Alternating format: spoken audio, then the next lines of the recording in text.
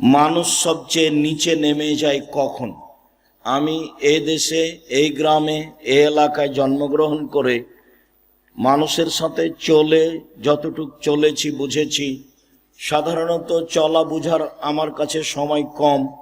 ছাত্র জীবনে নাচলে পড়াশোনা করেছি, নাচল শেষ হলে মালদাতে পড়াশোনা করেছি, তারপর উত্তরপ্রদেশে পড়াশোনা করেছি। আমার মা বলতো পশ্চিমে গেলে লাঠি পাগড়ি পাওয়া যায়, বড় মাওলানা হওয়া যায়। এটাই আমার মা কি বুঝলেন, পশ্চিমে গেলে বড় মাওলানা হওয়া যায়, লাঠি পাগড়ি পাওয়া যায়। আব্দুল্লাহ বিন ফজল রাহেমাহুল্লাহ এসেছেন আমাদের দেবীনগর মাদ্রাসায় বক্তব্য দিতে। তা আমার মা আমাকে কোলে নিয়ে বলছেন এই কথা।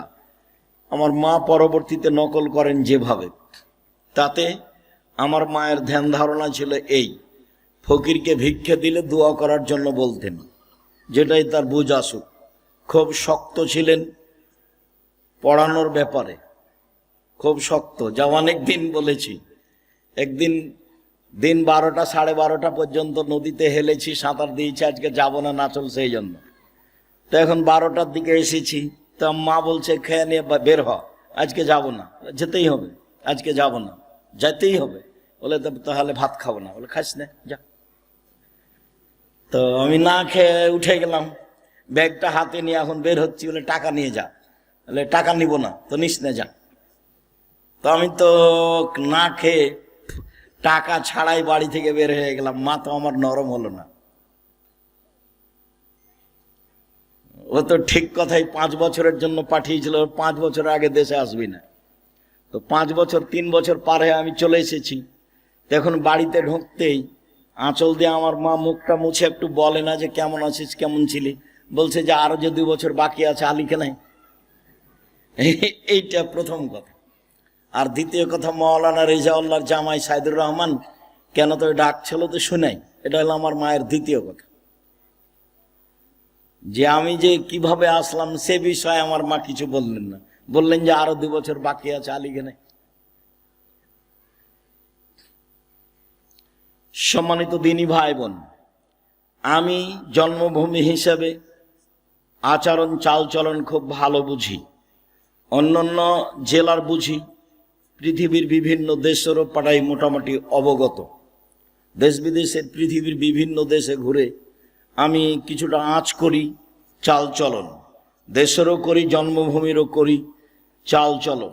চলেন আজকের আলোচনায় চালচলনে বলতে যাই, পৃথিবীতে বিচারের মাঠে মানুষের পাপ নাকি ওজন হবে। এই ছেলে, ওই যে ওখানে মেয়েগুলো হইচই করছে, গল্প করছে, তোমরা শোনো না? যাও দেখো, যারা দায়িত্ব পালন করছে দেখো, ওর গল্প শুনতে এসেছি আমরা। তুমি মহিলা মানুষ, একটু শরম করো না কেন, কথা বলো কেন? আর একজন যদি তোমার গায়ের উপরে, মাথার উপরে চড়ে চলে যায়, তুমি মুখ খুলবা না? যাকো, দেবীনগরের দিগাড়ে বাস করে এবারে মানুষ অমানুষ হয়ে গেছো, পশু প্রাণী হয়ে গেছো। তুমি বেটি ছেলে মানুষ, মুখ খোলো কেন? মুখখান বন্ধ রাখো। তোমার জন্য এসেছি। জাতির যদি রাস্তাঘাট করে দিতে না পারি, জাতির যদি স্কুল কলেজ করে দিতে না পারি, জাতিকে চূড়ান্ত সঠিক ধর্ম দিতে পারবো ইনশাল্লাহ। ধর্মের ব্যাপারে জাতিকে ফাঁকি দিয়ে পরকাল হারাতে রাজি নই। এই জিম্মেদারি নিনি। 90 সাল থেকে বলে আসছি একই কথা, কোনো দিন কোনো ভাষা পরিবর্তন করা লাগেনি, এই ভাবি আছে।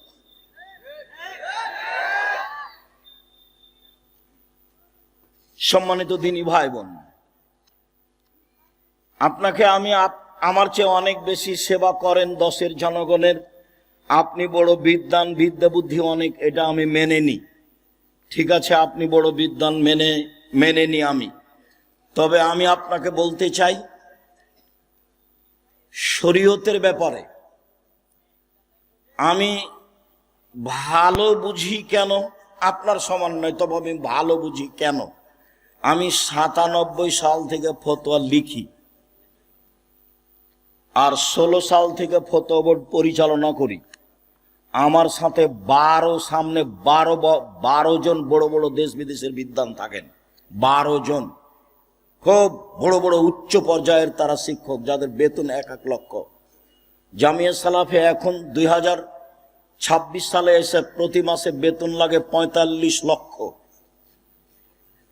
এতদিন যাবৎ বেতন লাগছিল জামিয়া সালাফে 40 লক্ষ, এই মাসে এসে আরো 5 লাখ বেশি হয়েছে, 45 লক্ষ প্রতি মাসে বেতন লাগে। বড় বড় শিক্ষক দেশ বিদেশের, দেশের সবচেয়ে বড় প্রতিষ্ঠান জামিয়া সালাফিয়া, সবচেয়ে বড়। 5000 ছেলে মেয়ে পড়াশোনা করে। 2026 সালে তার চেয়ে বেশি হতে পারে।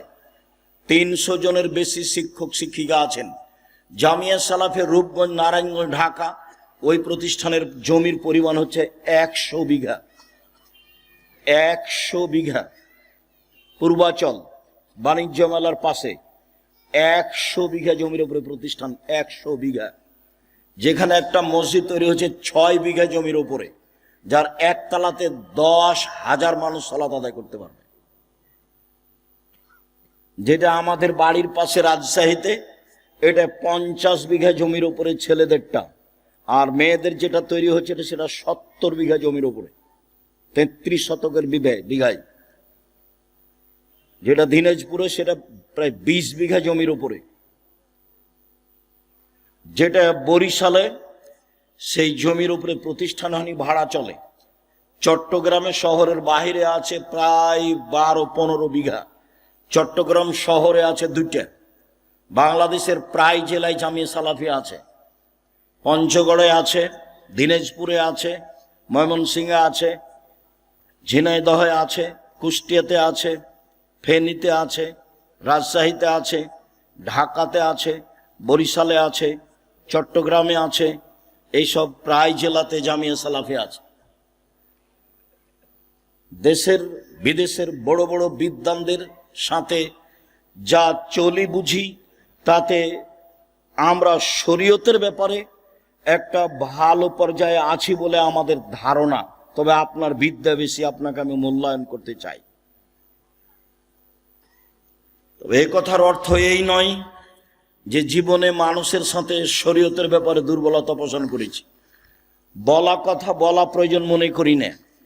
আসলে আপনাকে, আমার জন্মভূমির মানুষ তো, আপনার উপরে আমার কেন ভালোবাসা বেশি হোক সেটা আমি চাই। সেই সুবাদে আমি এসব বলে থাকি। আপনি যেন আমাকে বেশি ভালোবাসেন, আপনাকে যেন আমি বেশি ভালোবাসতে পারি, এটা আমি চাই। কসিমউদ্দিন মাস্টার সাহেব আল্লাহ মাগফিরাল্লাহু আরহামু মারা গেছেন। আমি বলেছি দেবীনগরের এই জমি বিক্রি করেন, পাশে জমি কিনা হলো 12 বিঘা, এটা বিক্রি করে 15 বিঘা। জামিয়া দেবীনগরের এই প্রতিষ্ঠান আমি দেখব। কোথায় দুর্বলতা আছে আমার জানা নাই। দেবীনগর ঈদগাহ মাঠ আমি 10 বার অন্তত বিক্রি করতে বলেছি। এই জমি টাকা দিয়ে অন্য জায়গাতে বড় জায়গা করা হোক, যেটা বাকি টাকা লাগবে সেটা দেখা যাবে। জনগণ যা পারবে, আমিও সাথে আছি, চেষ্টা করব ইনশাআল্লাহ। আমার কিছু দুর্বলতা ঘাটতি আছে, তা আমি কোনোদিন প্রকাশ করিনি। আমি আপনার সাথে থেকে জন্মভূমির সবকিছু আগাতে চেয়েছি। জন্মভূমির সাথ দেয়নি কেন তা আমি বলতে পারবো না। জন্মভূমির সাথ না দিলে আমাকে জোর করে কিছু করে অপমান হতে হবে, সেটা আমি চাইনি। তবে দেশের জনগণের, জাতির খিদমত করে। এই ছেলে, কথা বলছো কেন? এই তোমরা দায়িত্ব পালন করো, এরা কথা বলছে কেন? দেখো। সম্মানিত দিনী ভাই বোন, এই ছেলে কে আছো এখানে, এটা খুলে নাও তো এটা। সম্মানিত দিনী ভাই বোন, আমি আপনার খুব কাছে থেকে শরীয়তের যেটা সঠিক পথ সেটা বলতে চাই। যেটাতে পরকাল টিকবে, যেটাতে জান্নাত পাওয়া যাবে, যেটাতে জাহান্নাম থেকে বাঁচা যাবে, সেটা আমি বলতে চাই, সেটা মানতে চাই, সেটা আপনাকে শোনাতে চাই, সেটা আপনাকে মানাতে চাই। এতে আমার ব্যক্তিগত কোনো স্বার্থ নেই। আমি 90 সাল থেকে বক্তৃতা দিই। আজ কত বছর চলছে? 36 বছর চলছে।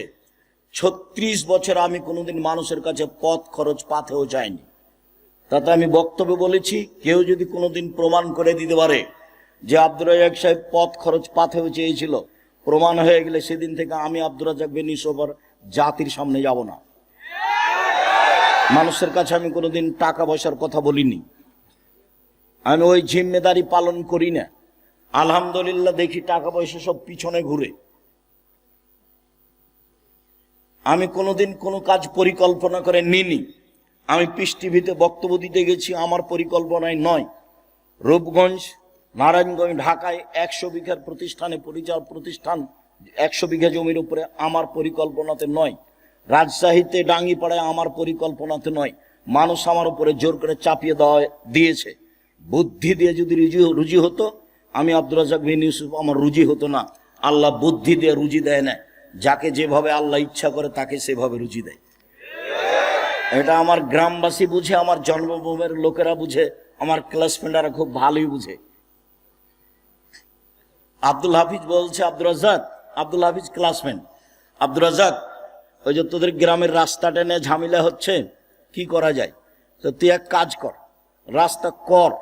যখন রাস্তা আমাদের বাড়ির সামনে আসবে তখন এভাবে ঢুকে যাবে, দিয়ে তখন এভাবে যাবি। যে তোর কেউ যদি মানা করে, কেউ মানা করবে না। আমার ভাগ্নি যদি মানা করে তো বুঝে না, তুই এটা কর না। আর যদি কারো কথা মানতে হয়, বলতে হয়, কে করবে, তাহলে এন্তাজ মেম্বার যেটা বলবে সেটা করিস। ও তো পাতাই পড়ি না, আমরা ও পাতাই পড়ি না। কোথায় গেল জমির আইল, আর কোথায় গেল জমি? আমার মা পছন্দ করতো না জমি জায়গায় হিসাব করা, আমরা পছন্দ করি না। আমি তো রাস্তাঘাটে ঘুরি চলি এভাবে, দেউলিয়া। আর আমার ছোট ভাই বরিশাল মডেল কলেজের শিক্ষক। এমনি চলছে এভাবে স্বাভাবিকভাবে। জীবন বিসর্জন করা আছে জামিয়া সালাফের জন্য। জাতির কাছে কোনোদিন নত হওয়া লাগেনি, খুব ভালো অবস্থায় দিন কাটছে। আমি এইগুলো বলে আপনাকে বলতে চাচ্ছি, আমি আপনার দিনী ভাই, আমি আপনার দিনী ছেলে। আপনি আমার মা, আপনি আমার চাচি, আপনি আমার বোন, আপনি আমার ভাই। আমার জন্ম এইখানে। আমি যেটা ভালো বুঝছি আপনাকে সেটা বুঝাতে চাই আন্তরিকভাবে। আপনি ধর্মের নামে কিছু করে পরকাল হারিয়ে দেন, সেটা আমি চাইনি। আপনি আমার দিনী বোন, হিংসা করে এদিকে চললেন, আব্দুল রাজ্জাক সাহেব আসছেন, তার বক্তব্য শুনে কি হবে? এই হিসাব আমি আপনার কাছে এটা চাইনি। আমি বলছি আপনি ভুল পথে আছেন, ভুল পথে আছেন, ভুল পথে আছেন। ওইটা পথ রাসূলের নয়। যেটা আপনি করছেন বোঝাচ্ছেন, ওটা রাসূলের পথ নয়। আমি 97 সাল থেকে ফতুয়াই লিখি, আর 88 আগস্টের 20 তারিখ রোজ বুধবার থেকে আমি শিক্ষক। সেদিন থেকে ক্লাসের উপরের মাদ্রাসার সবচেয়ে উপরের যেগুলো কিতাব সেগুলো আলহামদুলিল্লাহ আমি পড়াই। আমার কাছে বিদ্যা তেমন নেই, ভাঙাচুরা। যেভাবে আছি এভাবে সব জায়গায় যদি যাই, দেশ বিষয়ে এভাবেই যাই। মানুষ এই লন্ডনের সফরে আমাকে বলছে যে ছোট্ট একটা গোপনের কথা বলেন তো, কি লুঙ্গিতে কোনো রহস্য আছে কি? না, কোনো লুঙ্গিতে কোনো রহস্য নেই। তা আপনি লন্ডনে এসেছেন লুঙ্গি পরে, বিমান থেকে নামছেন লুঙ্গি পরে ঘুরছেন, এটা কেমনে মানাই? এটাতে কোনো রহস্য আছে? বলে কোনো রহস্য না, আমাকে ভালো লাগে। কোনো পোশাক দিয়ে, কোনো কলা কৌশল দিয়ে আমি সম্মান কিনতে চাইনি। খুব বিশ্বাস কাজ করে, সম্মান উপরে আছে। বিশ্বাস করেন, বুদ্ধি দিয়ে যদি রুজি হতো, আমি আব্দুর রাজ্জাক বিন ইউসুফ তারে রুজি পেতাম না। রুজি বুদ্ধি দিয়ে হয় না, উপরে যেভাবে ফয়সালা করে রেখেছে সেভাবে রুজি হয়, এটা আমি বিশ্বাস করি। কৌশল দিয়ে রাজশাহী ডাঙ্গিপাড়ায় 50 বিঘা জমির উপরে প্রতিষ্ঠান হতে পারে না। মসজিদটা 90% জমির উপরে। ডাঙ্গিপাড়া রাজশাহীর মসজিদটা কত শতকের উপরে? 90%। 3000 মানুষ এক স্তরে একবার সালাত আদায় করতে পারে, তার 4 তলা মসজিদ। বিশ্বাস করেন, কৌশল দিয়ে নয় এগুলো। রূপগঞ্জে, ঢাকায় এত জমি, এগুলো কৌশল দিয়ে নয়। কৌশল দিয়ে নয়, বুদ্ধি দিয়ে নয়, চিন্তা ভাবনা দিয়ে নয়। চিন্তা ভাবনাই তো আমি বুঝতে পারি না। আমি বুঝতে পারি যে আপনি ভুল পথে আছেন, এটা রাসূলের পথ নয়। আমাকে বলছে সুলতানগঞ্জে আমার প্রায় 8 বছর 9 বছরের সিনিয়র, যখন আমরা নাচলে পড়তে গেলাম তখন ওরা পড়া শেষ করলেন। তো বলছে তুমি এইভাবে করো না, তুমি যেভাবে দাওয়াত দিচ্ছ তো তা আল্লাহ তোমার অন্তরে কহর মেরে দিয়েছে। আমাকে বলছে আমার অন্তরে নাকি কহর মেরে দিয়েছে, মানে উনি যেগুলো করতে চাচ্ছেন সেগুলো আমি পছন্দ করছি না, সেই জন্য আমার অন্তরে কি করেছে আল্লাহ কহর মেরে দিয়েছে। তা আমি এখন যদি বলি তো উনি কষ্ট পাবেন। আপনি আমার সামনে পড়েন তো দেখি আরবি। আপনি যে বললেন যে আমার অন্তরে কহর মেরে দিয়েছে, তো আমি আর এটা বললাম না। ভাইজান, আল্লাহ যেন কহরটা দূর করে দেয়। মাওলানা আহমদুল্লাহ খুব বড় আলেম, বুখারি পড়া, হয়তো মারা গেছেন, ইন্ডিয়ার মানুষ, চাঁপাইনবাবগঞ্জ বাড়ি ছিল। তো দেখতে গেছি শেষের কালে, তো বলছে আমি আব্দুর রাজ্জাক বিন ইউসুফ আপনাকে দেখতে এসেছি। কোন আব্দুর রাজ্জাক? কোন আব্দুর রাজ্জাক? যে জাল জয়ীফ হাদিস লেখে, যে জাল জয়ীফ হাদিস লেখে। জি। তো হাদিস আবার জাল জয়ীফ হয় নাকি? হাদিস আবার জাল জয়ীফ হয় নাকি? হাদিস সব সহি, হাদিস সব সহি। তারপর তো আচ্ছা ঠিক আছে হলো, তো আপনি একটু আমাদের জন্য দোয়া করবেন। কি দোয়া করবো? দোয়া তো তোমরা তুলে দিয়েছো। কি দোয়া করবো? দোয়া তো তোমরা তুলে দিয়েছো। তখন আমি বলছি তাহলে হেদায়েতের দোয়া করেন। তা হ্যাঁ হ্যাঁ, হেদায়েতের দোয়া করা যাবে, আল্লাহ তোমাদের হেদায়েত করুন, আল্লাহ তোমাদের হেদায়েত। এখন কহর মেরে দিয়েছে, মুখের কথা উনি বললেন, কি করার আছে? সম্মানিত দিনী ভাই বোন, বলছিলাম বিচারের মাঠে মানুষের পাপ নেকি ওজন হবে। যারা হিন্দু তাদের পাপ নেকি ওজন হবে না, কেননা তাদের নেকি নেই। যারা ইহুদি তাদের পাপ নেকি ওজন হবে না, কেননা তাদের নেকি নেই। যারা খ্রিস্টান তাদের পাপ নেকি ওজন হবে না, কেননা তাদের নেকি নেই। যারা কাদিয়ানি তাদের পাপ নেকি ওজন হবে না, কেননা তাদের নেকি নেই। যারা শিয়া তাদের পাপ নেকি ওজন হবে না, কেন? তাদের নেকি নাই। যারা আকীদায় মাইর খেয়ে গেছে বিশ্বাসে, তাদের পাপ নেকি ওজন হবে না, কেননা তাদের নেকি নাই। পাপ নেকি থাকলে তো দাঁড়ি পাল্লা লাগবে। আল্লাহ তাআলা বলছেন ফালা নকিমু লাহুম ইয়াউমাল কিয়ামাতি ওয়াজনা, আমি ওদের পাপ নেকি ওজন করব না। আমি আল্লাহ ওদের পাপ নেকি ওজন করব না। ওদের কপাল এবং মাথার সম্মুখ ভাগ আর পা ধরে জাহান্নামে নিক্ষেপ করা হবে, তাদের পাপ নেকি ওজন হবে না। সম্মানিত দিনী ভাই বোন, বিচারের মাঠে সবচেয়ে ভারী নেকি সদাচরণের নেকি। বিচারের মাঠে নেকির পাল্লায় সবচেয়ে ভারী নেকি ভালো চাল চলনের নেকি। আগে হাদিস দিয়ে কথাটা প্রমাণ করি। আবু দারদা রাদিয়াল্লাহু তাআলা আনহু বলেন, রাসূল সাল্লাল্লাহু আলাইহি সাল্লাম বলেছেন, ইন্না আসকালা শাইইন ইদাউ ফি মিজানিল মুমিনি ইয়াউমাল কিয়ামা খুলুকুন হাসান।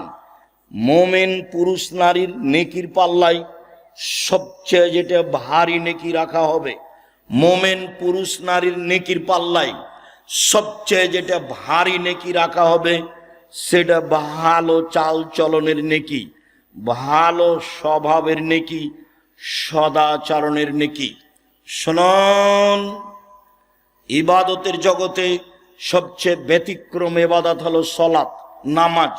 সলাত এমন একটি ইবাদত যার উপর নির্ভর করে অন্যান্য ইবাদত। সলাত এমন একটি ইবাদত যার উপর নির্ভর করে অন্যান্য ইবাদত। পৃথিবীতে ব্যতিক্রম ইবাদত হচ্ছে সলাত। অজু করে সলাত আদায় করতে হয়, পানি নেই, তায়াম্মুম করে করতে হবে। মাটি নেই, অজু ছাড়া তায়াম্মুম ছাড়া সলাত আদায় করতে হবে। সম্মানিত দিনী ভাই বোন, কেবলার দিকে মুখ করে সলাত আদায় করতে হয়, কেবলা বোঝা যায় না, কেবলা ছাড়াই সলাত আদায় করতে হবে। দাঁড়িয়ে সলাত আদায় করতে হয়, দাঁড়িয়ে থাকা যায় না, বসে থেকে করতে হবে। বসে থাকা যায় না, শুয়ে থেকে কেবলার দিকে পা করে সলাত আদায় করতে হবে।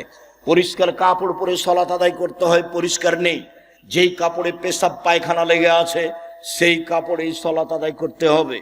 পরিষ্কার অপরিষ্কার কোনো কাপড়ই নেই, উলঙ্গ অবস্থায় আছেন, এই অবস্থাতেও সলাত আদায় করতে হবে। পৃথিবীর ব্যতিক্রম ইবাদত। গাড়িতে উঠে আছেন, ঠেলে ঠেল মানে না, শিকল ধরে দাঁড়িয়ে আছেন, সলাতের টাইম হয়ে গেছে, এই অবস্থায় সলাত আদায় করতে হবে। পৃথিবীর ব্যতিক্রম ইবাদত সলাত।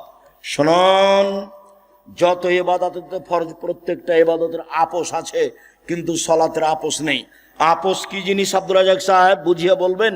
জি, এবছর হজ করতে চাচ্ছি, পারলাম না, সামনে বছর করব। ঠিক আছে, করেন। এই যে আপোষ। জাকাত, জাকাত 2 মাস আগে দিতে চাচ্ছি, দেন। 1 মাস পরে দিতে চাচ্ছি, দেন। এই যে আপোষ। রমজান মাসের রোজা, আজকে শরীরটা ভালো লাগছে না, ছেড়ে দেন, পরে করবেন। এই যে আপোষ, এইরকম আপোষ সলাতের সাথে নেই। যেই ভাবে আছেন, যেখানে আছেন, পাক পবিত্র, কোনটাই বুঝে না। পৃথিবীর ব্যতিক্রম বিরল ইবাদত হলো সলাত, যা কোনোদিন মানুষের সাথে আপোষ করেনি। উলঙ্গ অবস্থাতে ইবাদত করতে হবে, তার নাম সলাত। বলছিলাম পৃথিবীর ব্যতিক্রম সলাত, ইবাদত সলাত।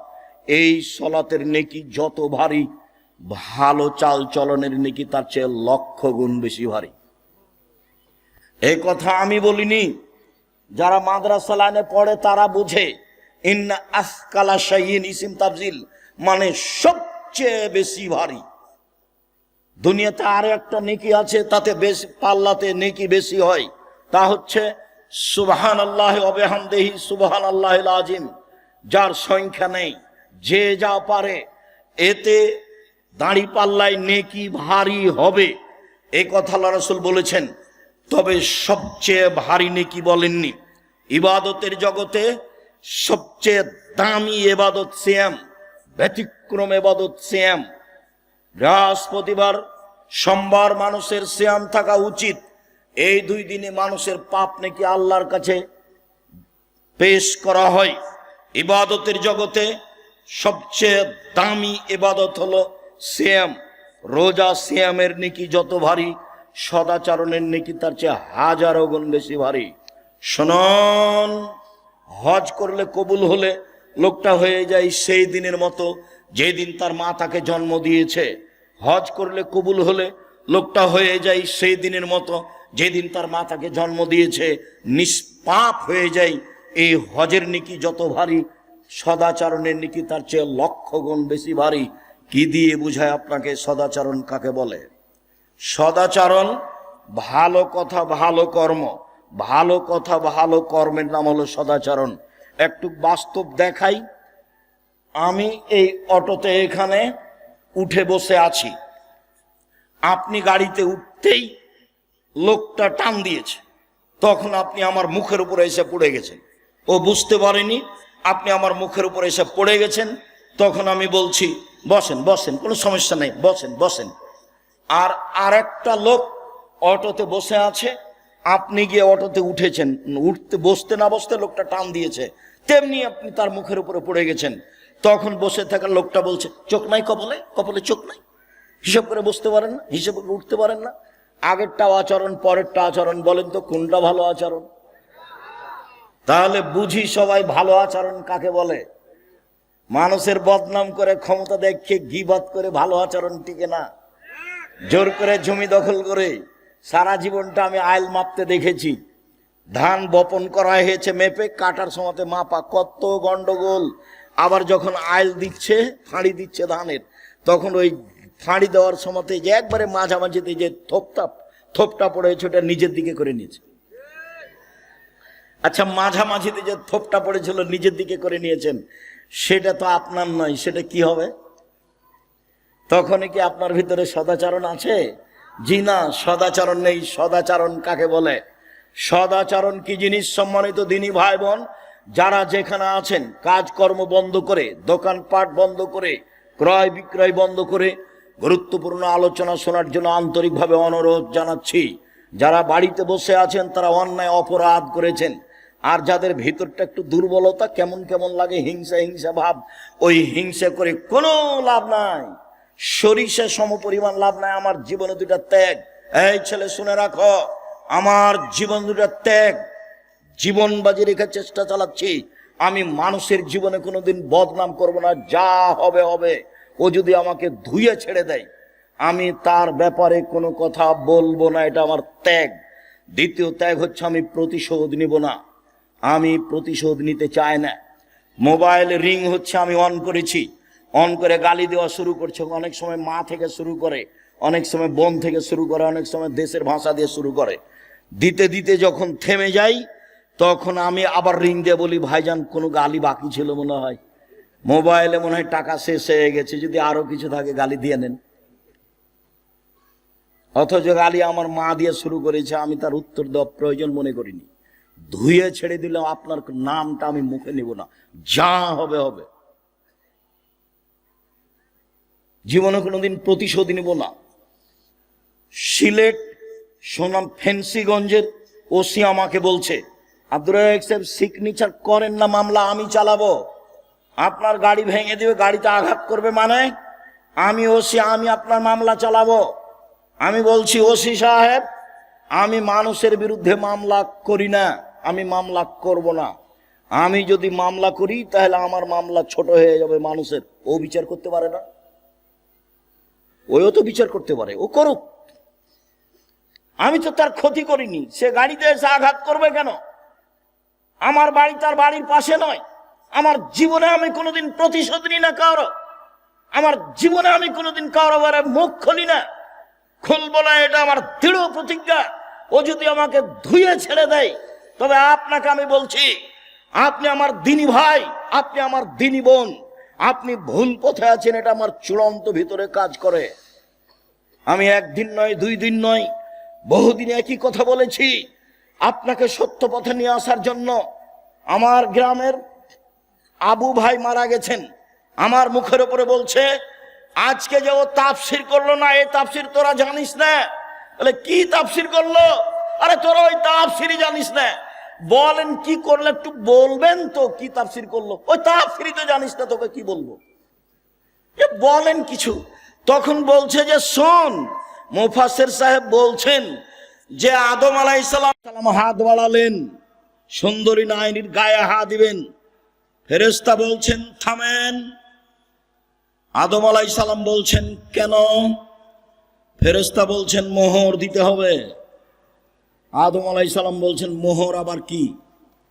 তখন ফেরেশতা বলছেন মুহাম্মদ সাল্লাল্লাহু আলাইহি সাল্লামের উপরে 1000 বার দুরূদ পড়ে দিতে হবে। দুঃখিত, পৃথিবীতে সবচেয়ে বড় শিক্ষিত মানুষ হলেন আদম আলাইহিস সালাম। আল্লাহ বলছেন আদমকে আমি সব কিছু শিখিয়ে দিয়েছি। পৃথিবীর ইতিহাসে আদমের চেয়ে বড় শিক্ষিত মানুষ কিয়ামত পর্যন্ত কে জন্ম নিবেও না। আমাদের নবীর চেয়ে 1000 গুণ বেশি বিদ্যা তিনি রাখতেন আদম আলাইহিস সালাম। আল্লাহ বলছেন আমি সব বিদ্যা আদমকে শিখিয়ে দিয়েছি। যিনি সব বিদ্যা রাখতেন, নিজের বউ কিভাবে হালাল করতে হবে সেটাই তিনি জানতেন না। বুঝতে পারেননি কথা? একেবারে ডাহা। আমি আমার চাচাতো ভাইয়ের মুখের উপরে বললাম, শুনেন, মুফাসসিরকে 80 160 লাঠি পিটাতে হবে। সাধারণ মানুষ মিথ্যা কথা বললে, অপবাদ লাগালে তার জন্য 80 লাঠি, আর নবীর উপরে অপবাদ লাগালে তার জন্য 80 160 লাঠি পিটাতে হবে। তুমি আমার ভাই, তুমি আমার ভাতিজা, তুমি এদেশের ছেলে, তুমি চোখ দেখিয়ে ভিতরে হিংসে রেখে উল্টা মুখে চলে সফল হতে পারবে না। তুমি মনে রেখো, আমি আব্দুর রাজ্জাক বিন ইউসুফ, তোমার গ্রামের মানুষ আমি বলছি। সম্মানিত দিনী ভাই বোন, চলেন এবার দেখি সদাচরণ কাকে বলে। একজন সাহাবী বলেন, সাহাবীগণ আল্লাহর নবীকে জিজ্ঞাসা করলেন, আল্লাহর নবী, মা খায়রু মাতিল ইনসান, মানুষকে যে আল্লাহ নিয়ামত দিয়েছেন তার সবচেয়ে উত্তম কোনটি? 2 হাত আল্লাহর নিয়ামত, 1 হাত নেই যার, তাকে জিজ্ঞাসা করলে বোঝা যাবে 1 হাতের দাম কতটুকু। 2 পায়ের 1 পা নেই যার, তাকে জিজ্ঞাসা করলে বোঝা যাবে নিয়ামত পা কেমন। যত আল্লাহ নিয়ামত দিয়েছে মানুষকে, বাড়ি গাড়ি স্ত্রী আহাল পরিবার, তার সবচেয়ে উত্তম নিয়ামত হলো সদাচরণ।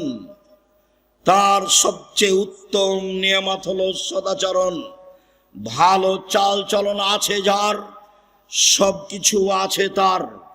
আব্দুল্লাহ ইবনে আমর রাদিয়াল্লাহু তাআলা আনহু বলেন, রাসূল সাল্লাল্লাহু আলাইহি সাল্লাম বলেছেন, পৃথিবীর মানুষ শুনে রেখো, 4টে জিনিস আছে যার, সবকিছু আছে তার। 4টে জিনিস আছে যার, ইহকাল আছে তার, পরকাল আছে তার। পৃথিবীর মানুষ শুনে রেখো, 4টে জিনিস আছে যার, সবকিছু আছে তার, ইহকাল আছে তার, পরকাল আছে তার। 1, হিফজ আমানাতিন, আমানতের রক্ষা। ক্লাস 10-এ পড়ো তুমি, 50 জন ছাত্র টাকা উঠিয়ে 2 জন ছাত্রকে চাঁপাইনবাবগঞ্জ পাঠানো হয়েছে উপহার কেনার জন্য। উপহারের দাম ছিল 500 টাকা। ওরা 100 টাকার নাস্তা করেছে।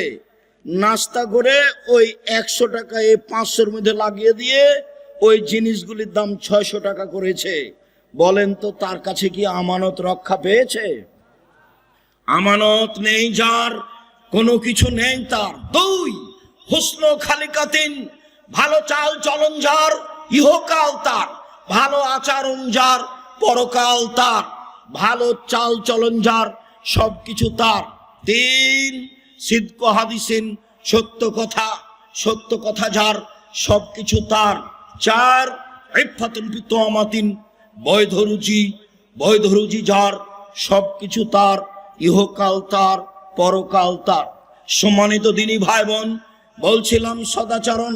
নওয়াস ইবনে সামান রাদিয়াল্লাহু তাআলা আনহু বলেন, একদা আমি আল্লাহ রাসূলকে জিজ্ঞাসা করলাম, আল্লাহর নবী, মাল বিররু আল ইসম, পাপ কাকে বলে, নেকি কাকে বলে, একটু বলেন। আল্লাহর নবী বলেন, তো পাপ কাকে বলে, নেকি কাকে বলে? আপনি একটু ভালো করে বুঝেন। জিজ্ঞাসা হচ্ছে পাপ কি জিনিস আর নেকি কি জিনিস। আল্লাহ রাসূল উত্তরে বললেন, আল বিররু হুসনুল খুলুক, নেকি হলো ভালো চাল চলন। কই, তিনি তো বললেন না নেকি হলো হজ, তিনি তো বললেন না নেকি হলো তাহাজ্জুদ, তিনি তো বললেন না নেকি হলো সিয়াম রোজা। জিজ্ঞাসা করা হলো, আল্লাহর নবী নেকি কি জিনিস? আল্লাহর নবী উত্তরে বললেন, ভালো চাল চলন হলো নেকি। নেকি বলতে ভালো চাল চলনকে বোঝানো হয়। সম্মানিত দিনী ভাই বোন, সদাচরণ এমন একটা জিনিস যা দিয়ে সবচেয়ে দামি জান্নাত পাওয়া যায়। সদাচরণ এমন একটা জিনিস যা দিয়ে সবচেয়ে দামি জান্নাত পাওয়া যায়। এই ছেলে, বসো, একটু ধৈর্যের পরিচয় দাও। গাড়ি অ্যাক্সিডেন্ট হয়েছিল, এই কথাই ঠিক। গাড়ির বাস্তবতা খুবই খারাপ। ড্রাইভার খুব জোরে গাড়ি চালাচ্ছিল, সময়ে পৌঁছিবে সেজন্য। হঠাৎ করে হাইওয়ে রাস্তাতে বাম দিক থেকে একটা লোক হয়তো বা খেয়াল করেনি নাকি, বাম দিক থেকে ডান দিকে গেছে। যেই সময়ে গেছে 2-3 সেকেন্ডের মধ্যে গাড়ি যে তার সাথে ধাক্কা লেগেছে। গাড়ি ধাক্কা লেগে গাড়ির বড় ধরনের ক্ষতি হয়েছে। এই পর্যন্ত আল্লাহ একেবারে নিরাপদে রেখেছেন। ভাগ্যে কি আছে আমার জানা নেই, আল্লাহই ভালো জানে। আল্লাহর লাখো শুকরিয়া আদায় করি, সিজদা করে শুকরিয়া আদায় করি। আমার জন্মভূমিতে আমি আসতে পেরেছি। কালকে যা ঘটনা ছিল তাতে আসার কোনো পরিবেশ ছিল না। আমি তোমার শুকরিয়া আদায় করি। সর্বশক্তিমান তুমি, তোমাকে আমি বিশ্বাস করি। তুমি সর্বশক্তিমান, ইন্নাকা আলা কুল্লি শাইইন কাদির, তুমি সব কিছু করতে পারো, এটা আমি বিশ্বাস করি। আমি আব্দুর রাজ্জাক বিন ইউসুফ, আমার বিদ্যা বুদ্ধি দিয়ে আমি কোনো কাজ করি না, তোমার বিশেষ রহমতে কাজ করি, এটা আমার বিশ্বাস কাজ করে। 2013 সালের 24 আগস্ট রোজ মঙ্গলবার 11টার সময় জামিয়া সালাফি হাঁটাবো, বীর হাঁটাবো, রূপগঞ্জ, নারায়ণগঞ্জ, ঢাকা। কাঁঠাল গাছের নিচে বলেছিলাম আমার হাতে টাকা নেই, এ কথাও সত্য। এখানে প্রতিষ্ঠান গড়বে, এ কথাও সত্য। গড়বেই গড়বে, কিভাবে গড়বে তা আমি জানি না, নিশ্চিত গড়বে, অবধারিত গড়বে, গড়বেই গড়বে, ইনশাআল্লাহ গড়বে। সেই প্রতিষ্ঠান অবস্থান করে 100 বিঘা জমির উপরে। কাজে আমি খুব বিশ্বাস করি তোমার রহমতে বেঁচে আছি, তোমার কাছে জোরালো দাবি রাখছি, ভুল ত্রুটি দিয়ে যেন জামিয়া সালাফের ক্ষতি না হয়। তুমি আমার একটা কথা শোনো, তুমি জামিয়া সালাফিকে কবুল করো, যা দিয়ে জাতি তোমাকে চিনবে, যা দিয়ে জাতি তোমাকে মানবে। আমার ভুল ত্রুটির কারণে জামিয়া সালাফের ক্ষতি করো না। তুমি আমার একটা কথা শোনো, আমার মনে বড় সাধ, এই দেশের ছেলে মেয়ে জামিয়া সালাফের মাধ্যমে বাংলা, ইংরেজি, আরবি উন্নত মানের শিক্ষা অর্জন করে জাতির বিরুদ্ধে লড়বে, মুখে কলমে মিডিয়ায়। সেভাবে দিন কাটাচ্ছি। জামিয়া সালাফিয়ার সাথে 110টি মাদ্রাসার সম্পর্ক আছে। জামিয়া সালাফের অধীনে এখন 700 মক্তব চলে। কতটি? 700। তেঁতুলিয়া থেকে টেকনাফ পর্যন্ত মক্তব চালার জন্য জামিয়া সালাফের সিদ্ধান্ত নিয়েছে। 2 বছরের মধ্যে 700 মক্তব চলে। 16 থেকে 20,000 পত্রিকা ছাপে। আল ইতেসাম অনলাইন, আল ইতেসাম টিভি আছে, পত্রিকা আছে, কিশলয় পত্রিকা আছে, সালাফে মাজাল্লা পত্রিকা, আরবি পত্রিকা আছে, মাকতাবাতুস সালাফ আছে। কত দিনের খিদমতের ব্যবস্থা আছে জামিয়া সালাফে। এতিম অসহায়দের লালন পালনের ব্যবস্থা আছে।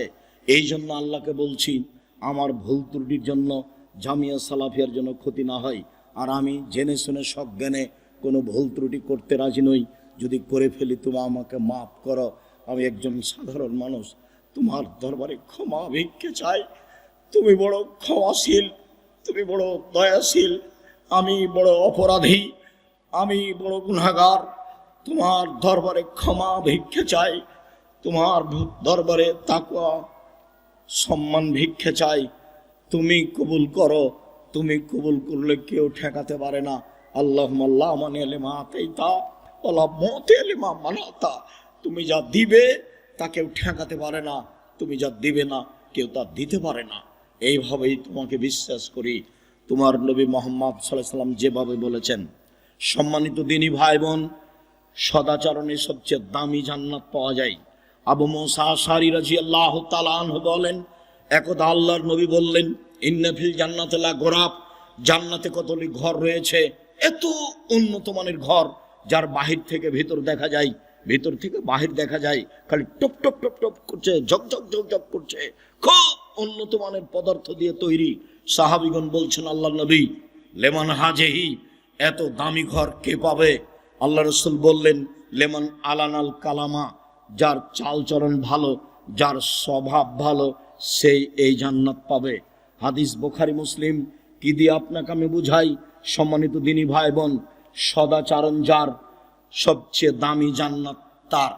আরো আপনাকে বলি, ভালো চালচলন দিয়ে জান্নাতুল ফেরদাউস পাওয়া যায়।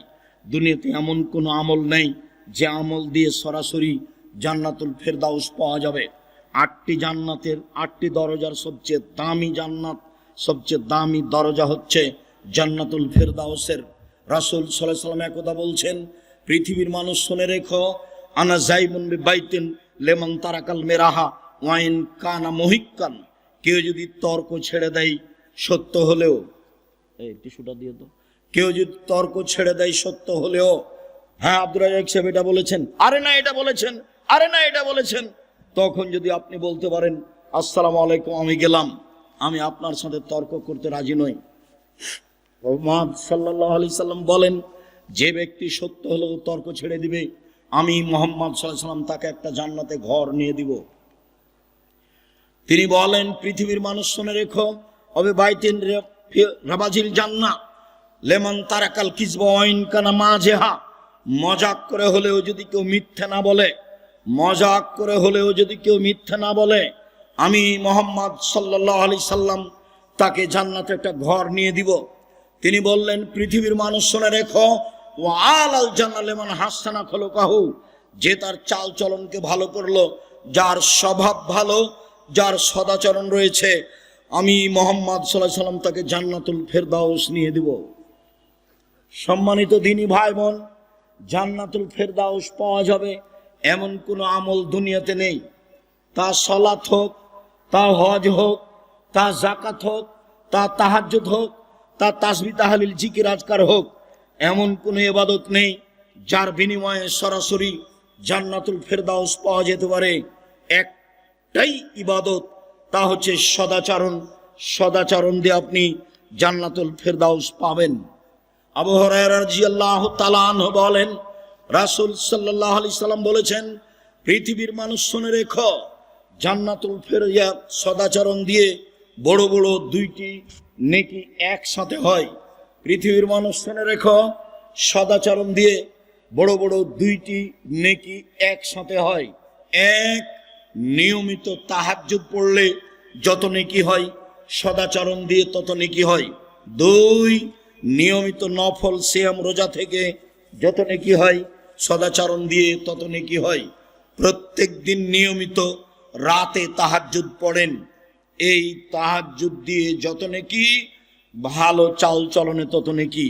2, বৃহস্পতিবার সোমবার সিয়াম থাকেন, প্রতি মাসে 3 দিন রোজা থাকেন, মুহররমের 2 দিন রোজা থাকেন, আরাফার 1 দিন রোজা থাকেন, শাওয়ালের 7 দিন 6 দিন রোজা থাকেন, যুলহিজ্জার 9 দিন রোজা থাকেন, প্রতি মাসে 3 দিন রোজা থাকেন। এত রোজা থেকে যত নেকি হয়, সদাচরণে তত নেকি হয়। একসাথে 2টি আমলের নেকি সদাচরণে হয়। 2, রাসূল সাল্লাল্লাহু আলাইহি সাল্লাম বলেন, সদাচরণ দিয়ে একসাথে 3টি আমলের নেকি হয়। 1, আল্লাহর পথে জিহাদ করে যত নেকি হয়। 2, তাহাজ্জুদ পড়ে যত নেকি হয়। 3, নিয়মিত সিয়াম থেকে যত নেকি হয়, 3টে আমলে যত নেকি হয়, সদাচরণে তত নেকি হয়।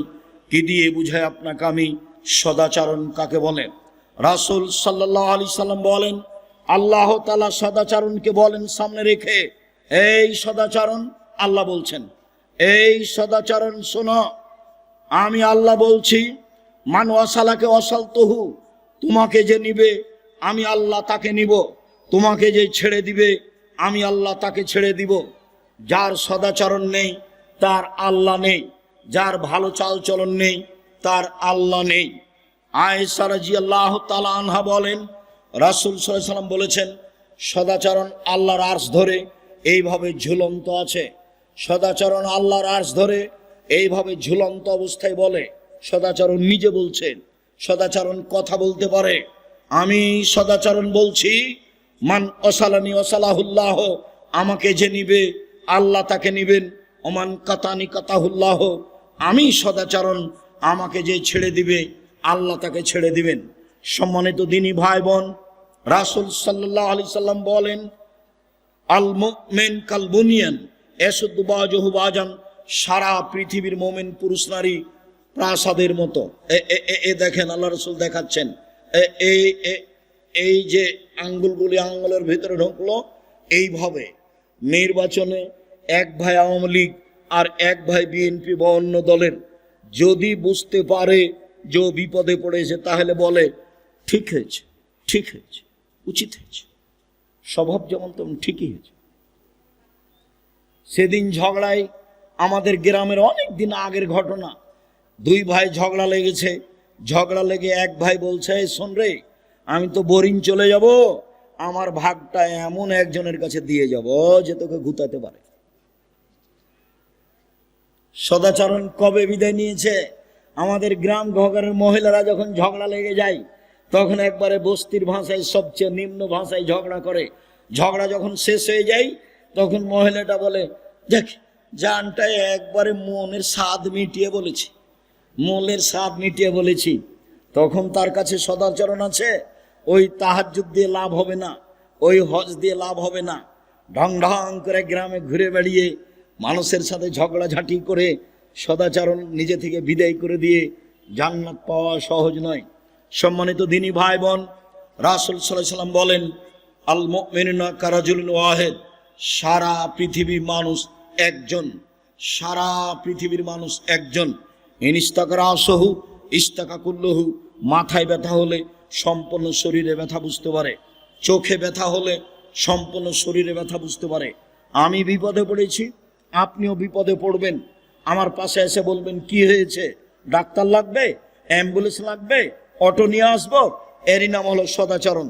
আপনি যদি বলেন ঠিক হয়েছে, আবার যদি খুশি হয়ে গরু জবাই করেন, তাহলে তো আরো উল্টা কথা হয়ে গেল। আমার চোখের সামনে একজন পরাজয় হয়েছে, তো আর একজন গরু জবাই করলো, এটা আমার চোখের সামনের ঘটনা। কবে সদাচরণ বিদায় নিয়েছে? দলীয় দাপটে ক্ষমতা দেখিয়ে, জুলুমবাজি করে, অন্যায় অবিরাজ করে, লুটতরাজ করে, রাহাজানি করে, মানুষকে অপমান করে, মানুষকে জেল হাজতে দিয়ে তাহাজ্জুদ পড়ে কোনো লাভ নেই। সম্মানিত দিনী ভাই বোন, আলোচনা লম্বা ছিল, আজকের জন্য এই পর্যন্ত বলে বলছি, সম্মানিত দিনী ভাই বোন, আপনি দাপট দেখিয়ে মানুষকে অপমান করে, মানুষকে খাটো করে তাহাজ্জুদ পড়ে জান্নাত কিনার হিসাব করিয়েন না। এই ছেলে শোনো, তোমাকে বলছি, আজকে সিদ্ধান্ত নাও, কোনোদিন প্রতিশোধ নেব না, কারো যা হবে হবে, কোনোদিন কারো বদনাম করবো না, যা হবে হবে, একটু সিদ্ধান্ত নেও না। আমাকে জিজ্ঞাসা করো, আমি তো বেঁচে আছি, বিশ্বাস করো, আমি কোনোদিন কারো ব্যাপারে কোনো কথা বলি না, আমি তো বেঁচে আছি, কোনো সমস্যা আমি বুঝতে পারি না, বরং মনে হচ্ছে যে খুব ভালো পথে আছে এবং ভালো অবস্থায় আছি। সম্মানিত দিনী ভাই বোন, সকল দিনী ভাই বোনকে সদাচরণের উপরে বিস্তারিত আলোচনা টিভি থেকে, ইউটিউব থেকে নিয়ে দেখার জন্য অনুরোধ জানিয়ে, যেসব বই পুস্তকগুলি আমাদের আছে সেগুলি সংগ্রহ করার অনুরোধ জানাচ্ছি। বিশেষভাবে উপদেশ বই, বিশেষভাবে আব্দুল্লাহর এই বই, যেটা বলে গেল আল্লাহর পথে যাত্রা। সকল দিনী ভাই বোনকে আমি আমাদের আলোচনাগুলি মেনে, যেটা সত্য সেটাকে মূল্যায়ন করার অনুরোধ জানিয়ে, আন্তরিকভাবে অনুরোধ জানিয়ে সকলের জন্য দোয়া কামনা করি। কয়েকটা জিজ্ঞাসা, হ্যাঁ পড়ো।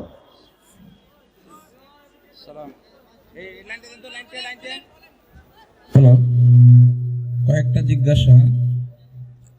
দেবীনগর নিয়ে আপনাদের চিন্তা ভাবনা কেমন এবং আপনারা কি প্রতি বছর দেবীনগরে আসবেন?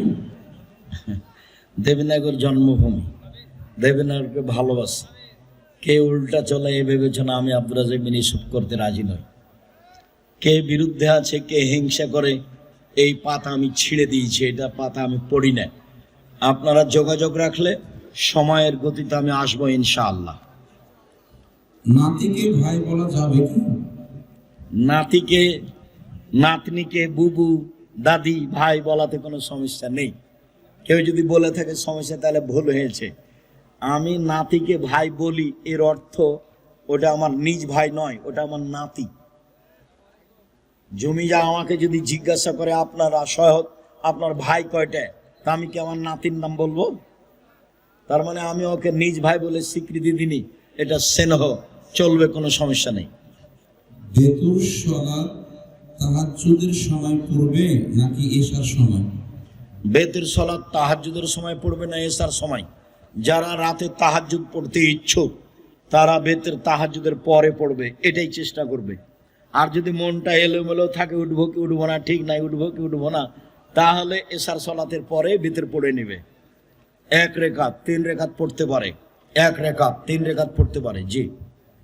খেলাধুলা আয়োজন করার মাধ্যমে কি সমাজ উন্নত হতে পারে ও মাদক নির্মূল হতে পারে?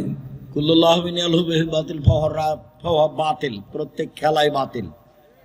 মাত্র 3টে শরীর চর্চার জন্য, যেখানে কোনো প্রতিবাদ, প্রতিশোধ এবং জুয়া থাকবে না, টাকার হারজিত থাকবে না, সেই শরীর চর্চা জায়েজ। বাকি যত খেলা আছে সব বাতিল। দিবসকে লক্ষ্য করে যত খেলা হয় সব বাতিল, এগুলো জায়েজ নয়। দিবস মানা যেমন শিরক, এইসব খেলায় অংশগ্রহণ করা তেমন গুনার কাজ। জাযাকুমুল্লাহ খাইর। ক্রিকেট খেলায় আর্থিক সহযোগিতাকারী ও সাপোর্টকারীদের ব্যাপারে জানতে চাই। ক্রিকেট খেলাও জায়েজ নয়। শরীর চর্চার জন্য চাই যখন টাকার হারজিত নেই, আর যখন টাকার হারজিত আছে তখন এটা হারাম, তখন এটা জুয়া। 4 শ্রেণীর মানুষ জান্নাতে যাবে না, তার 1 শ্রেণীর মানুষ যারা জুয়াতে অংশগ্রহণ করে, যারা জুয়াতে সাহায্য করে, যার জান্নাতে যাবে না। টাকার হারজিতে যা খেলা হয়, যেটা খেলা হয় সেটাই জুয়া। সাবধান। ফুটবল, ক্রিকেট, আন্তর্জাতিক খেলা যখন হয় তখন সেটা একবারে কি ওটাকে বলেন, প্রজেক্টর লাগিয়ে দেখা তো বহুদূরের কথা, আর গল্প যেখানে চলে সেখানে বসে দেখা হারাম। বহুদিন থেকে বলছি। 3 শ্রেণীর মানুষ পাপী, বড় পাপী। তার 1 শ্রেণীর মানুষ, কেউ যদি কাউকে বলে, কেউ যদি কাউকে বলে আসো জুয়া খেলি, খেলেনি, খালি বলেছে আসো খেলি, তাহলে তাকে কাফারা দিতে হবে। 10 জন ফকিরকে 100 কেজি করে চাউল দিতে হবে। খেলেনি, খালি বলেছে আসো খেলি, খালি বলেছে, এই জন্য 10 জন ফকিরকে 100 কেজি করে চাউল দিতে হবে, তার নাম জুয়া। সাবধান। আমার জন্মভূমি এটা, তোমরা ছেলেরা খুব সতর্ক থাকো। খারাপটা খারাপই, মোবাইলের ভালোটা নিও না। মোবাইল বাদ দিয়ে ভালো করে পড়াশোনা করো, খুব শক্তভাবে পড়াশোনা করো।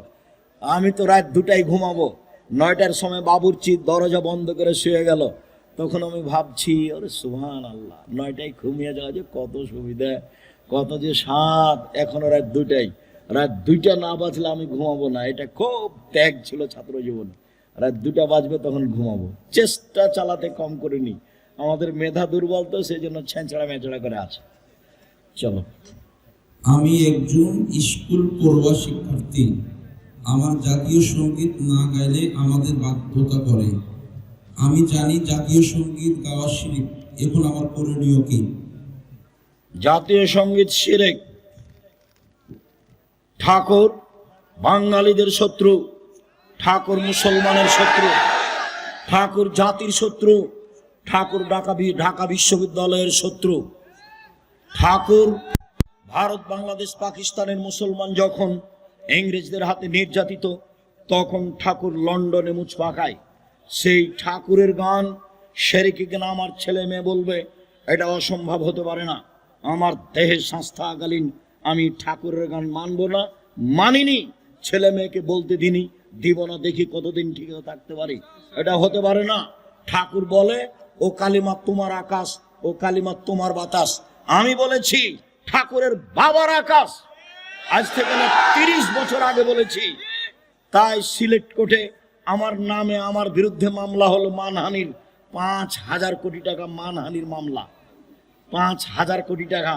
আব্দুর রাজ্জাক বিন ইউসুফ ঠাকুরের নিন্দা করেছে। আমি কাঠগড়ায় দাঁড়ালাম, জজ আমাকে বলল, আব্দুর রাজ্জাক সাহেব আপনি কি পিস টিভির আলোচক? আমি বললাম জি। জজ আমাকে বললেন, আপনার মামলা খারিজ করে দিলাম।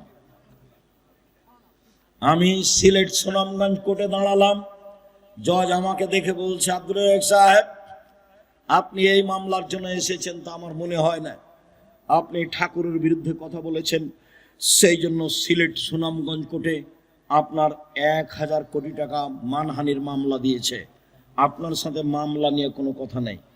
মামলার লুথিটা এভাবে উল্টে দিলেন, দিয়ে ওকে বক্তব্য যেগুলো ভালো লাগেনি সেগুলো শোনাতে লাগলেন। 14 মিনিট যাবত ও সব বক্তব্য মুখস্থ করেছে। যেগুলো তাকে ভালো লাগেনি সেগুলো আমাকে একটা একটা করে শোনাচ্ছে। শোনানো যখন শেষ হলো তো আমি খালি হাসছি। আমাকে উকিল বলেছে, আব্দুর রাজ্জাক সাহেব চিরদিন আপনার কথা শুনেছি, আজকে আমার কথা শুনবেন। জজ খুব পাওয়ারফুল জিনিস, আপনি কোনটা বলতে যাবেন মন খারাপ হয়ে যাবে, তখন যেটা বলবে সেটাই হবে। আমার একটা কথা মানবেন, আজকে মুখ খুলবেন না। বলে ঠিক আছে, তাই হলো। আজকে মুখ খোলা হবে না। জজ বলল যে এই আপনার জামিন মঞ্জুর করা হলো, আব্দুর রাজ্জাক সাহেবের সাথে আপনারা কেউ কথা বলবেন না, মানে কেউ যেন আশেপাশে না আসে, হইচই না করে। উনি বললেন, এটাই ছিল সিলেট কোর্টের ঘটনা, ওটাই ছিল সিলেট সুনামগঞ্জ কোর্টের ঘটনা। আমি শক্ত হাতে কথা বলে পরিবেশ আমার কোনোদিন দুর্বল দেখিনি, ভালো ছাড়া। আমি ঠাকুরের গান কোনোদিন মানিনি, এখনো মানছি না, কোনোদিন মানব না। যারা বলে তারা মুশরিক, যারা সমর্থন জানায় তারা মুশরিক। আপনি কি বিদ্যা অর্জন করছেন, আপনার ছেলে মেয়ে কি অর্জন করছে তা আমার বুঝতে বাকি নেই। এগুলো ভুল সিদ্ধান্ত। আপনারা স্বামী স্ত্রী খুব প্রশংসা করলেন, আমার ছেলের মেধা ভালো, গোল্ডেন পেয়েছে, আমার ছেলে এই পেয়েছে। ম্যাট্রিক পরীক্ষার সময় 3 জন মাস্টার ছিল। তারপর বিশ্ববিদ্যালয়ে ভর্তি হওয়ার জন্য সাবজেক্ট প্রতি একটা করে দিয়েছেন প্রাইভেট মাস্টার। বিশ্ববিদ্যালয়ে ভর্তি হয়েছে, বুয়েটে রুয়েটে ভর্তি হয়েছে, বিদেশ থেকে বড় ডাক্তার হয়ে এসেছে। এরপরে ও ওই কোম্পানির ওষুধ লিখেছে যেই কোম্পানি তাকে টাকা দিয়েছে। এখন আপনার টাকা লস না লাভ? আমি বাংলাদেশের বিদেশের যে কোনো জায়গাতে যে বলছি, চাঁপাইনবাবগঞ্জের ভাষাতে আপনাদের স্বামী স্ত্রী এবং ছেলের অবস্থা আমও গেল, ছালাও গেল, কাঁদতে কাঁদতে 2 চোখও গেল। বলেছে এটা চাঁপাইনবাবগঞ্জের ভাষা আপনাদের শোনালাম। আর যদি চাঁপাইনবাবগঞ্জের ভাষা বুঝতে না পারেন তাহলে আপনার ছেলে 3টে পরীক্ষা দিলেই হতো, 5টা পরীক্ষা দিল কেন? ও তো জানে 5টা পরীক্ষা লাগবে না, ও দিল কেন? ও ডাক্তার মানে প্রতারক, সবাই নয়। ও ইঞ্জিনিয়ার মানে ও চোর, ওরা টাকা চুরি করে। বলেন আপনারা 2 জন কি করলেন? পয়সাপাতি খরচ করে দেবীনগরের মেধাবী ছেলে, খুব ভালো চাকরি করে, অনেক টাকা বেতন পায়। মা চাচিরা বলল আজকে আমাদের ছেলে আসবে, খুব খুশি। গ্রামের মা চাচি আসলো আমাদের গ্রামে, গাড়ি থেকে নামলো, দেখলাম প্যান্টটা টাকনুর নিচে আছে, দাড়ি চাঁচা আছে, গলায় টাই আছে, হাতে সিগারেট আছে। এই সময় ছেলেটা গাড়ি থেকে নামলো। একটু পরে দেখলাম বৌমা গাড়ি থেকে নামলো, গায়ে হালকা হালকা কাপড় আছে। একটু পরে নাতনি পুতিন গাড়ি থেকে নামলো, দেখলাম গায়ে তেমন কাপড় নেই। দেখি গাড়ির পিছন দিকে কুকুর আছে। বলেন এখন আপনাদের স্বামী স্ত্রী, আপনার ছেলের 3 জনের অবস্থা হলো ওই সেই কালে একটা পদ্য পড়েননি? এই মাঝি বাবু বলছে, চাঁদ কেন বাড়ে কমরে? আমি কি এগুলো জানি? দেখি তোর জীবন চারায় নাই মিছে। এই মাঝি এই হয় কেন রে?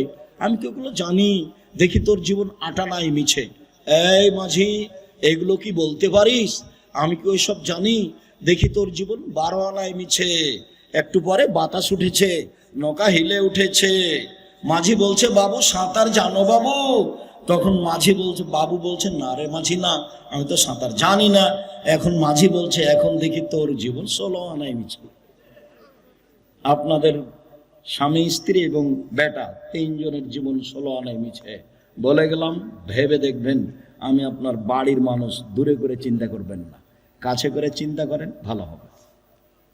আমি আপনার সাথে বসতে চাই, উঠতে চাই, কথা বলতে চাই। সরিষা সমপরাণ আপনাকে এড়িয়ে আমি চলতে চাই না, বলে আসছে লম্বা সময় ধরে একই কথা বলে আসছে। সুদের টাকায় ধর্মীয় প্রতিষ্ঠান চালানো যাবে কি? সুদের টাকায় ধর্মীয় প্রতিষ্ঠান চালা যাবে কি? ধর্মীয় প্রতিষ্ঠান চালানো যাবে কি যাবে না এই বিষয় পরে। সুদের টাকা দান করলে নেকি হবে না, এইটা আগে। সুদের টাকা দিয়ে দিয়ে বললে তাতে পড়াশোনা করা যাবে না, এগুলো কথা নয়, এগুলো চলবে। কিন্তু সুদের টাকা দিয়ে দান করে ও নেকি পাবে না, এটা তাকে মাথায় রাখতে হবে। আর এরকম টাকা হলে মসজিদে যেন লাগানো না হয়। যদিও বুঝতে পারে সেক্রেটারি সভাপতি যেটা সুদের টাকা, তাহলে উনি যেন মসজিদে না লাগান, এইটা সেক্রেটারি সভাপতিকে সতর্কবাণী। এছাড়া মাদ্রাসা, মক্তব, টয়লেট এগুলোতে যদি কেউ দিয়ে দেয়, কাজে লাগিয়ে দিবে, যিনি দিয়েছেন তিনি নেকি পাবেন না।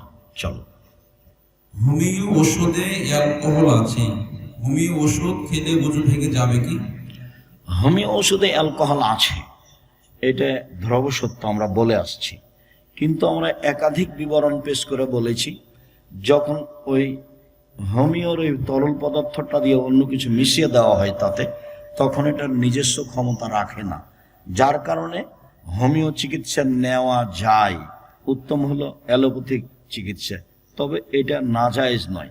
আমরা নাজায়ের যে দিকে যাইনি, কেননা ওটাকে যখন অন্য কিছুর সাথে মিলিয়ে দেওয়া হয় তখন তার নিজস্ব ক্ষমতা রাখে না।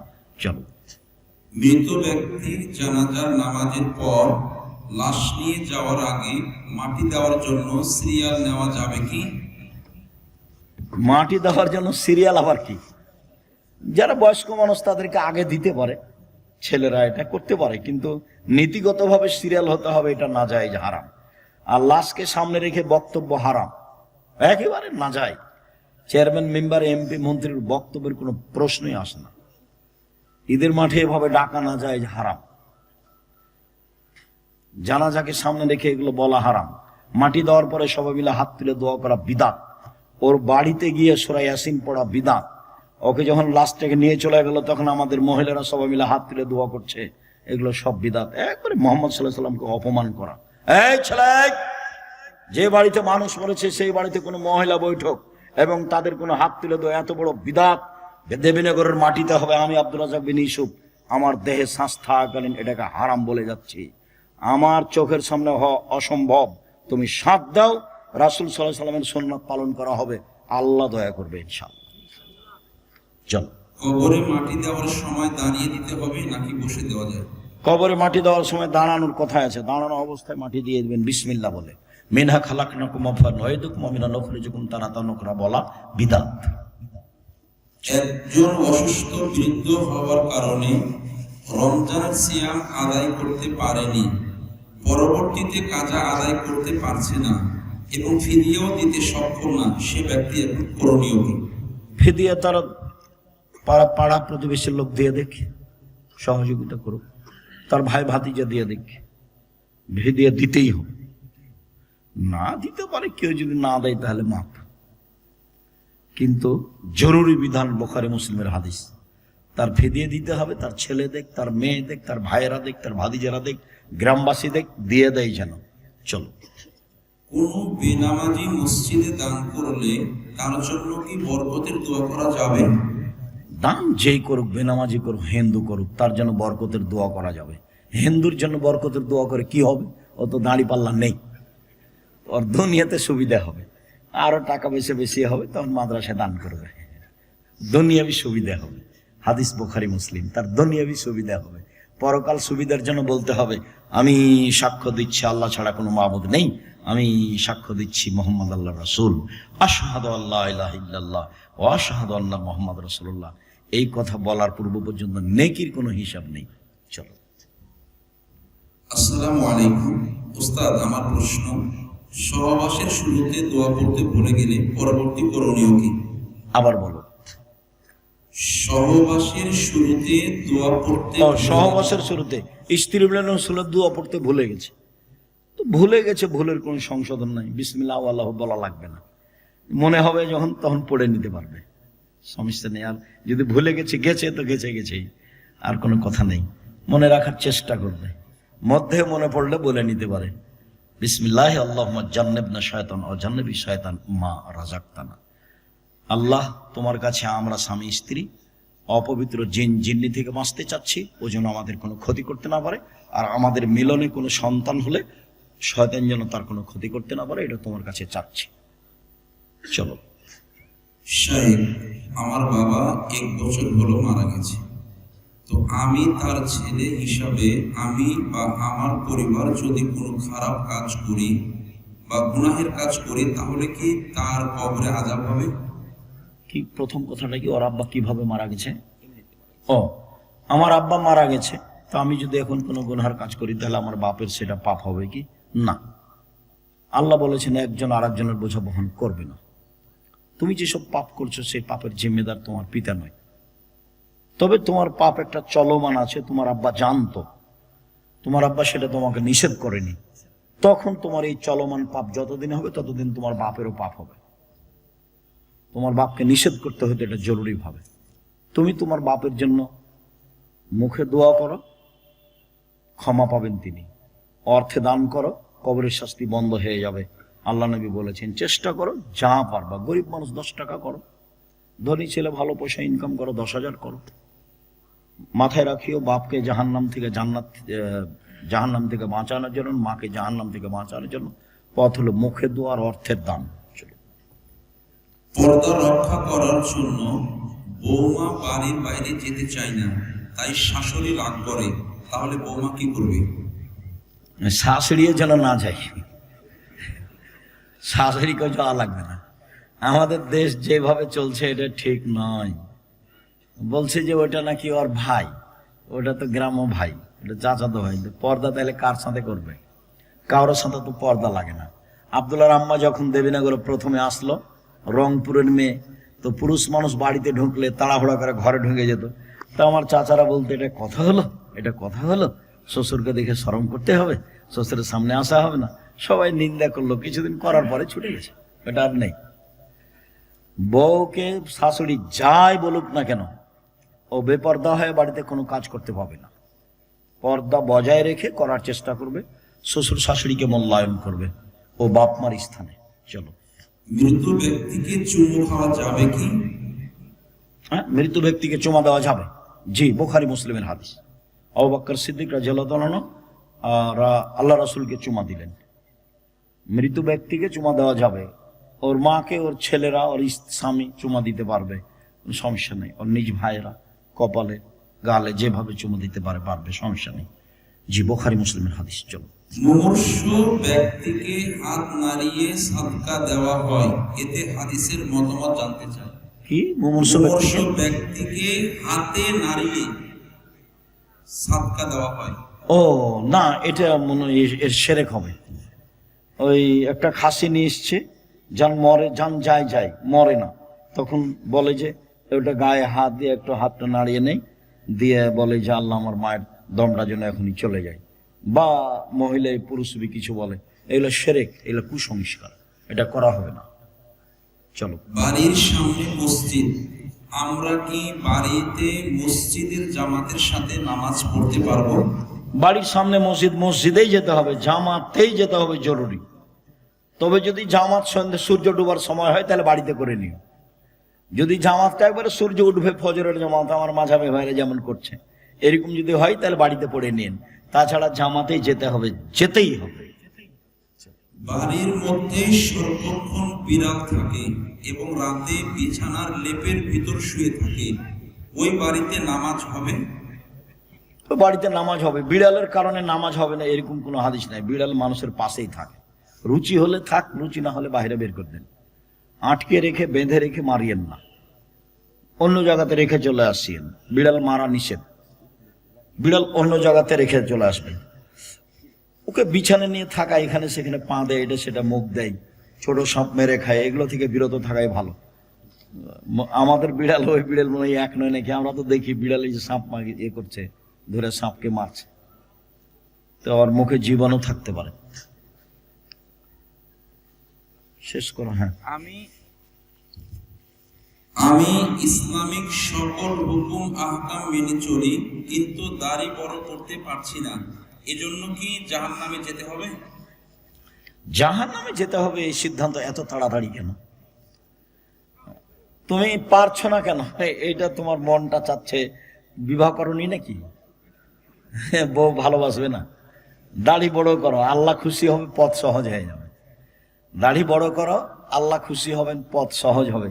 তুমি যে মেয়েটা ভাবছো এর চেয়ে ভালো মেয়ে আল্লাহ ব্যবস্থা করে রেখেছেন, তুমি হয়তো বা বুঝছো না। তোমার জন্য যেটা আছে সেটা এটার চেয়ে অনেক ভালো। দাড়ি চেঁচে ফেলাও হারাম, দাড়ি ছোট করাও হারাম। দাড়ি ছোট করা কাবিরা গুনাহ, দাড়ি চেঁচে ফেলাও কাবিরা গুনাহ। মুষ্টির বাইরে দাড়ি কাটা যাবে, এটা আব্দুল্লাহ ইবনে উমারের হিসাব। এই ফতোয়া বিদ্বানগণ মানেননি, সাহাবীগণ মানেননি, কোন সাহাবী এটা করেননি, আল্লাহ রাসূল এটা করেননি। দাড়ি ছেড়ে দিতে হবে, ছোট করা হারাম, চেঁচে ফেলা হারাম। দাড়ি চেঁচে ফেললে মহিলার সাদৃশ্য হয়, দাড়ি চেঁচে ফেললে চোখের পাওয়ার কমে যাবে, দাড়ি চেঁচে ফেললে স্ত্রী মিলনের ক্ষমতা কমে যাবে, দাড়ি চেঁচে ফেললে আল্লাহর পক্ষ থেকে অভিশাপ হবে। চলো। তালাক দিয়েছে আবার স্ত্রী হিসাবে চায়, করণীয়? কি বললে? তালাক দিয়েছে আবার স্ত্রীও করতে চায়। ও, তালাক দিয়েছে, এক বৈঠকে 3 তালাক দিল, 1 তালাক। 1 তালাক দিয়ে যদি 90 দিন থেমে যায় আর তালাক না দেয়, তাহলে 90 দিন পরে বউ এমনি বাতিল হয়ে যাবে। তবে 1 তালাক দিয়ে 90 দিন পার হয়ে গেছে, এখন যদি নিয়ে আসতেই চায় তাহলে বিবাহ করে নিয়ে আসতে হবে। আর 90 দিনের ভিতরে নিয়ে আসলে বিবাহ পড়াতে হবে না। আর 3 মাসে নীতিগতভাবে 3 তালাক দিলে এই বউ নেওয়া যাবে না। 1 তালাক দিয়ে নেওয়া যাবে, কোনোদিন 6 মাস বছর পরে আর 1 তালাক দিয়েছে তবু নেওয়া যাবে, কোনোদিন 6 মাস বছর পরে আবার 1 তালাক দিয়েছে, তখন শেষ। কোথাও বিবাহ হবে, স্বইচ্ছায় ছেড়ে দিবে, তখন নিতে পারে। বলছিলাম যে 1 বৈঠকে 1000 তালাক দিল, 1 তালাক। 90 দিনের মধ্যে ফিরিয়ে নিতে চাইলে নিতে পারে, কোনো সমস্যা নেই। 90 দিন পার হয়ে গেলে বিবাহের মাধ্যমে নিয়ে আসতে হবে। চলো। আমার শাশুড়ি মারা গেছে, আমার শাশুড়ি তার বড় মেয়েকে জমির ভাগ দিবে, কিন্তু একসাথে ছোট মেয়েকে দিবে না, এটা কি ঠিক? তোমার শাশুড়ি জাহান্নামে চলে গেছে, ঢোকেনি কেন? মরেনি এই জন্য। আর্থিক স্থায়ী সম্পদের সাথে কোনো আপোষ নেই। ছেলে মেয়ে বাপ মাকে গালি দিয়েছে, মারেছে, বকেছে, যা করেছে করেছে, ত্যায্য পুত্র নেই। 1 মেয়ে খুব সেবা করেছে, 1 মেয়ে কিছুই করেনি। যে মেয়ে সেবা করেছে তাকে দিয়ে দিতে হবে, এটা হারাম, ওর সাথে কোনো আপোষ নাই। তোমার মা, তাই তুমি সেবা করেছো, তোমারও মা, তুমি করনি, তুমি খারাপ মহিলা, তুমি ভালো না, বাস কথা শেষ। তোরা ওরা 2 ভাই, ও একজন বাপকে দেখে, ও দেখে না, এ ভালো ছেলে, ও ভালো ছেলে নেই, নয়, এ পর্যন্তই শেষ। জমি জায়গা সমান হারে, কম দেওয়ার কোনো সুযোগ নেই। আমার ছোট ছেলে আমাকে বেশি দিয়েছে, বেশি দেখেছে, অতএব আমার ছেলেকে আমি 1 বিঘা জমি দিয়ে দিলাম। খালি মরতে বাকি আছে, মরলেই জাহান্নাম। চল। মায়ের কথা শোনা ফরজ, কিন্তু যদি মায়ের কথা শুনতে গিয়ে বউকে পর্দা সম্পূর্ণ করাতে না পারে, তাহলে কি করব? বউকে সম্পূর্ণ পর্দা করতে পারছে না মায়ের কারণে, তখন মায়ের কথা মানা যাবে না, পর্দা করাই লাগবে, এটা ফরজ। যেই কাজে আল্লাহর নাফরমানি হবে সেই কাজে বাপ মায়ের কথা মানতে হবে না, আল্লাহ বলছেন, আল্লাহ নবী বলছেন।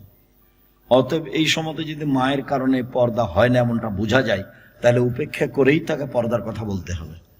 যদিও আমার মা বলতে যে তুই যেভাবে বলছিস তাহলে বউয়েরা বেড়ে যাবে, যে না না, শাশুড়ি বৌমাকে শতবার মা বলুক না, তারপর দেখা যাক বৌমা কি করে।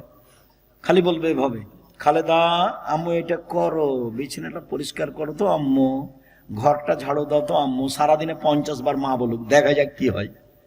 এটা শাশুড়ি করবে, করা উচিত। খালি যদি বলে তোর মা দেখলে, তোকে কি শিখালছে, দেখলে ঘরের বেটি, এটা তো খারাপ কথা হয়।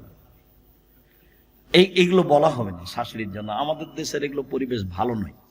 বউয়ের পক্ষে থাকতে হবে, বউয়ের উল্টা গেলে পরিবেশ নষ্ট হবে, খারাপ হবে, বউটা বুদ্ধি হারিয়ে দিবে, বউ তখন বদনাম করবে। শাশুড়িকে বউয়ের পক্ষে থাকতে হবে। শুক্রিয়া, জাযাকুমুল্লাহ খায়ের। লম্বা সময় ধরে আলোচনা শুনলেন। আজকের আব্দুল্লাহর আলোচনা অতীব গুরুত্বপূর্ণ ছিল। আমি আগে আসলে আর একটু ভালো হতো, আমি পরে আসাতে একটু আমার লস হয়েছে। তো যাই হোক, আবার কোনোদিন পাশে বসে আমি লম্বা সময় ধরে শোনার চেষ্টা করবো ইনশাআল্লাহ। আমি আমার জন্মভূমিকে ভালোবাসি, আমি সকলের কল্যাণ কামনা করি।